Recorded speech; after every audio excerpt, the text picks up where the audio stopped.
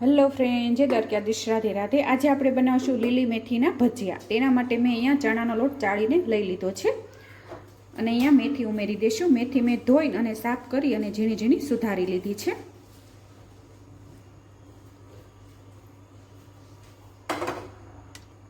અને અડધી ચમચી હિંગ ઉમેરી દઈશું। અને અહીંયા મેં આદુ, લસણ અને મરચી તીખી લીધી છે, તેને ઉમેરી દઈશું। અને ગળપણ માટે ખાંડ ઉમેરશું। અને આમાં બીજી કોઈ વસ્તુ નથી ઉમેરવાની। અને 2 લીંબુનો રસ ઉમેરશું અને થોડું થોડું પાણી ઉમેરતા જશું। અને આપણે લોટ થોડો બહુ ઢીલોય નહીં, બહુ કઠણ નહીં તેવું બેટર બનાવી લઈશું।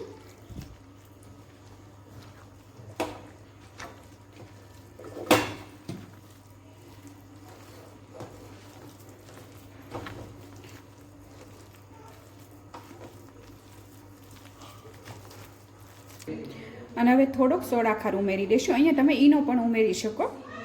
અને 1 પાવડું તેલ ઉમેરશું અને મિક્સ કરી લઈશું। અને અહીંયા આપણું બેટર તૈયાર છે। અને અહીંયા તેલ ગરમ થઈ ગયું છે। હવે આપણે ભજીયા ઉતારી લઈશું। જેવડી સાઈઝ તમારે બનાવી હોય એ પ્રમાણે તમારે મૂકવા માંડવાના। અને મૂકતી વખતે ગેસ ધીમો રાખવાનો।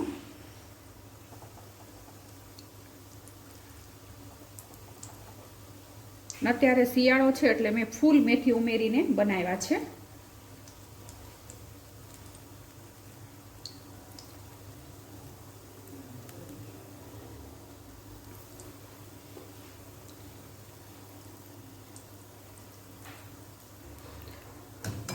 અને પલટાવી લઈશું।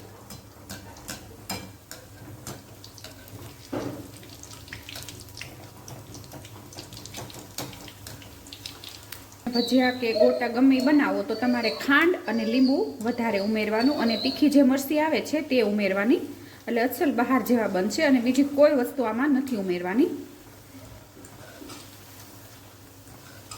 અને જો તમને આખા ધાણાનો સ્વાદ ભાવતો હોય તો પણ એ ઉમેરી શકો, પણ મેં અત્યારે સાવ સાદા અને સિમ્પલ એકલા મેથીના જ બનાવ્યા છે।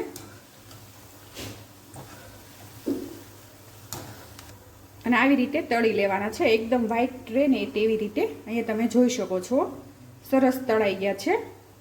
અને હવે કાઢી લઈશું।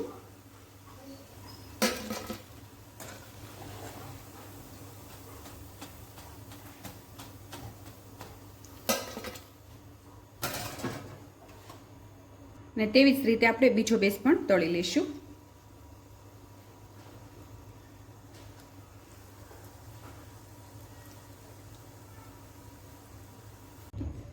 અને અહીંયા આપણા ગરમા ગરમ મેથીના ભજીયા તૈયાર છે। અને શિયાળામાં તો બહુ ખાવાની મજા આવે અને ચોમાસામાં પણ મજા આવે।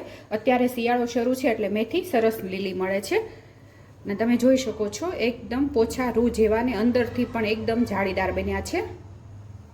અને જોતાં જ ખાવાના મન થઈ જાય તેવા બન્યા છે। અને આજની મારી રેસીપી તમને ગમી હોય તો લાઈક કરજો, શેર કરજો અને સબસ્ક્રાઈબ કરજો।